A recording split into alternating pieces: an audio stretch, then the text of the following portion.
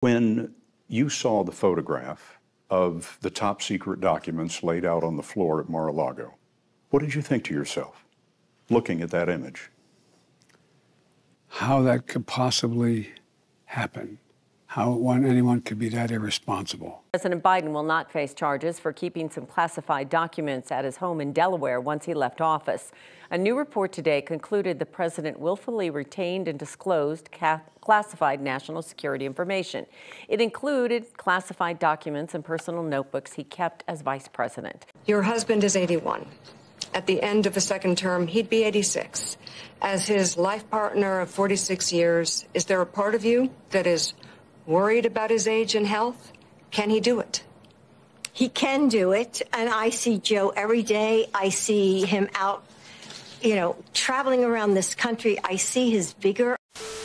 But I think there is also a potentially very damaging political headline that we really need to take a beat to talk about as well. And that is, simply put, that the president is an elderly man with a bad memory. If you look through the report, and I'm just still going through every page of this, but if you go through it, there is a detailed explanation here for why the special counsel's office decided not to bring criminal charges against the president. And at various junctures, the report mentions the president's memory and memory issues being a factor. For example, it says the president's memory was significantly limited, both during his recorded interviews with the ghostwriter that Evan was talking about in 2017 and in his interview with our office in 2023. It also makes a reference at another point in the report, Mr. Biden's limited precision and recall during his interviews, again, with the ghostwriter and with the special counsel's office.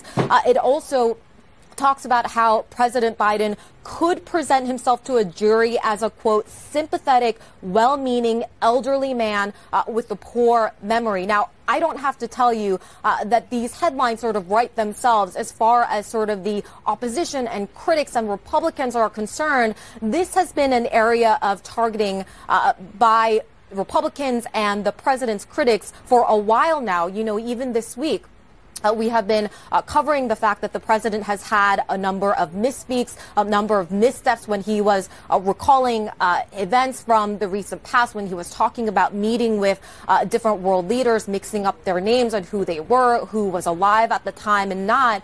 So in this way, I think it is just an important sort of framing and ammunition that this report offers to the president's critics. What do you say then to Americans who have that concern and they see 3 times in just a couple days the president getting the name of a leader wrong and referencing somebody who is deceased? So look, again, as you just stated in your question to me, I just laid out other leaders in their community or elected officials who have done the same.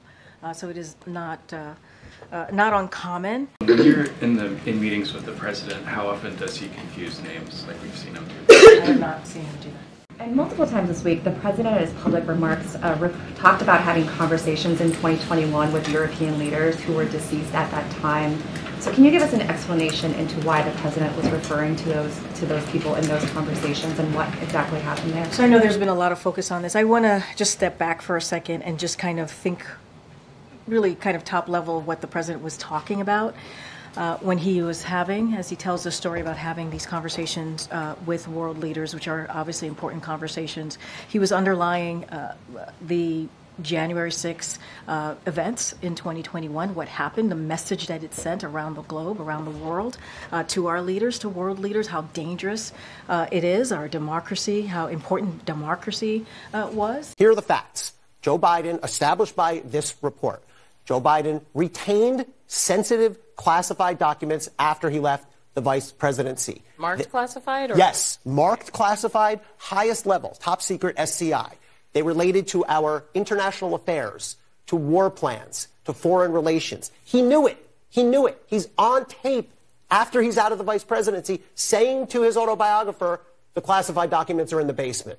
He knew it. But he just denied that. Exactly. That was a key part of the report. It's the second sentence in the report, and he just denied sharing that with the ghostwriter. And I just looked at this closely. They had recorded conversations between Biden and this ghostwriter. Exactly. Ultimately, what Robert Hur says in this report is essentially the technical elements of a crime, it appears Robert Hur is saying, were met. But what he ends up doing is looking at the soft factors. And you're allowed to do that. You have to do that as a prosecutor. And he takes into consideration things like what he says, and maybe this is overstated, maybe not, I'll leave that to the political folks, but he says essentially Joe Biden would have created a sympathetic picture in front of a jury. He had memory issues, he had age issues, and that goes into was he able to form the mental intent here? The memory lapses that President Biden is described as having in this report, this is not the first time anybody's raised issues of President Biden's acuity. And in fact, twice this week, President Biden referenced European leaders, conversations he had with them in 2021 when both those European leaders had long been dead. He confused Macron with Mitterrand. He confused Helmut Kohl with Angela Merkel. Are you really acting as if there's nothing to these issues or these concerns?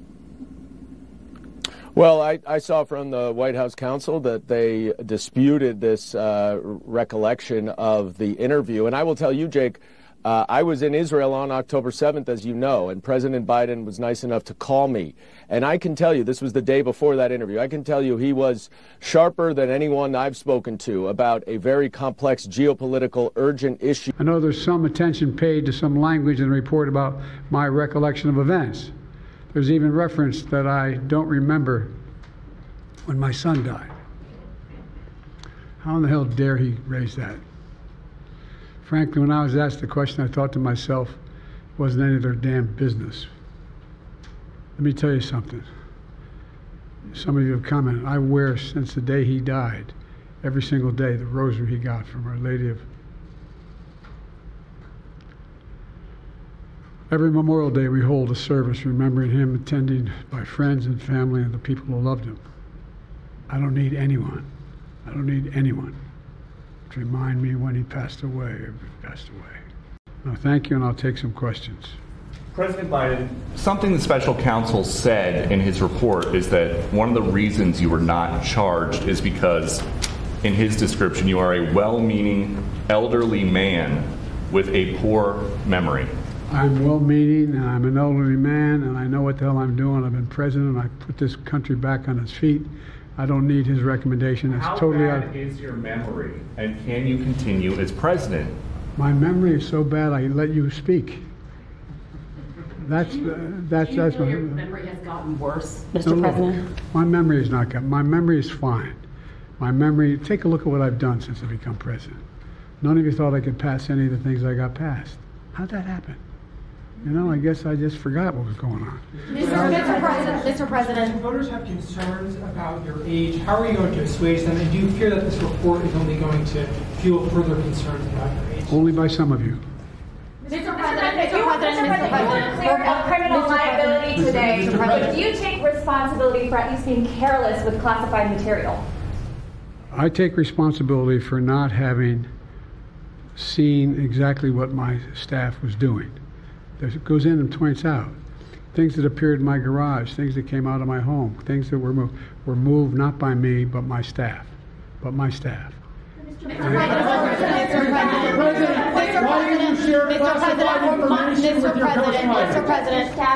President, for months when you were asked about your age, you would respond with the words, "Watch me." Many American people have been watching, and they have expressed concerns about your age. That is your judgment.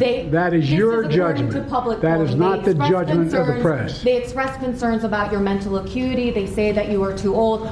Mr. President, in December, you told me that you believe there are many other Democrats who could defeat Donald Trump. So why does it have to be you now? What is your answer to that question? Because I'm the most qualified person in this country to be president of the United States and finish the job I started. Do you believe that,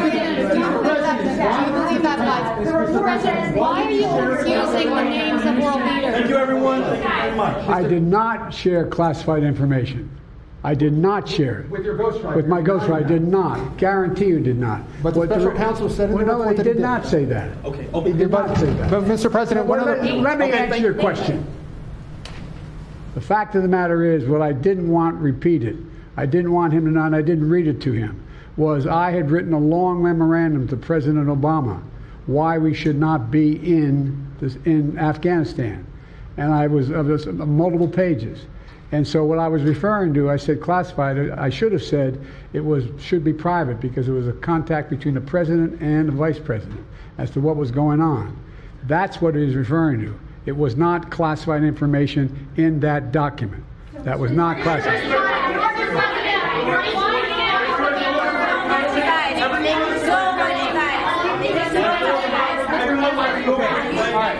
He called on me. When you look back at this incident, is there anything you would do differently now? And do you think that a special prosecutor should have been appointed in the first place in both of these cases?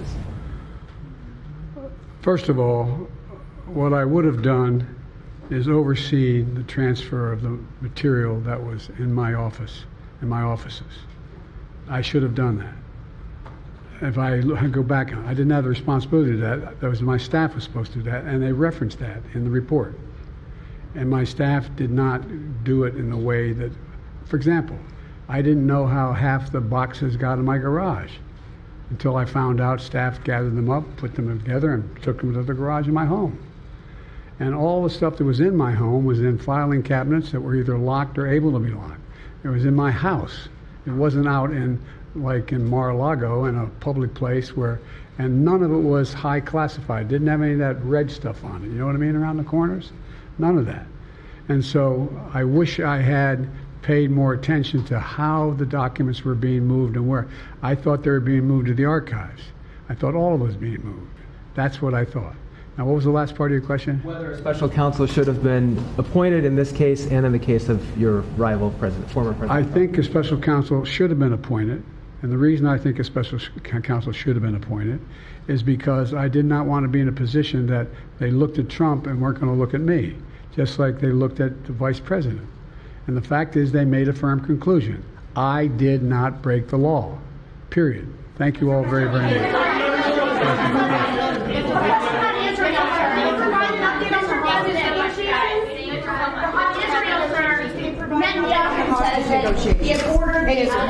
The hostage negotiation, look.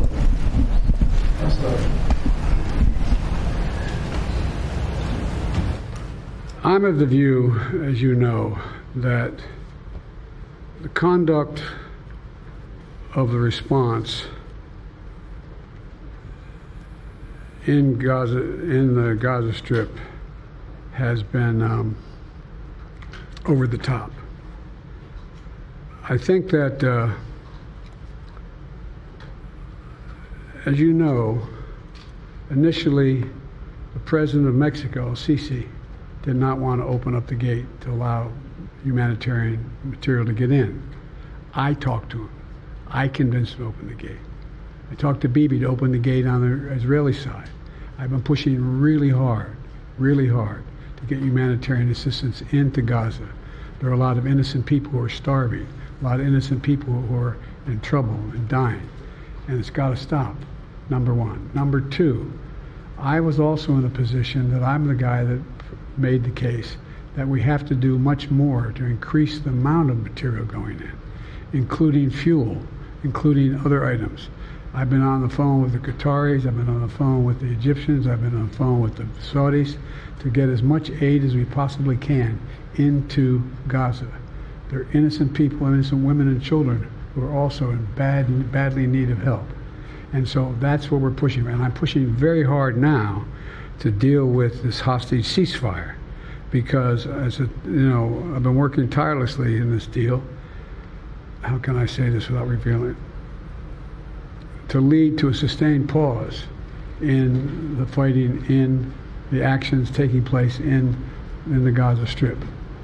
And because I think if we could get the delay for that, the initial delay, I think that we would be able to extend that so that we could increase the prospect that this fighting in Gaza changes. There's also negotiations. You may recall, in the very beginning, right before Hamas attacked, I was in contact with the Saudis and others to work out a deal where they would recognize Israel's right to exist, make them part of the Middle East, and recognize them fully in return for certain things that the United States would commit to do. And the commitment that we were proposing to do related to two items. I'm not going to go in detail, but one of them was to deal with the protection against their arch enemy to the northwest, northeast, I should say. The second one, by providing ammunition and material for them to defend themselves. Coincidentally, that's the time frame when this broke out. I have no proof what I'm about to say, but it's not unreasonable to suspect that the Hamas understood what was about to take place and wanted to break it up before it happened. Thank you, everybody. We're going to need everybody to hold. When we pushed all these programs, I said I'm going to be a president for everybody, whether you live in a red state or a green state.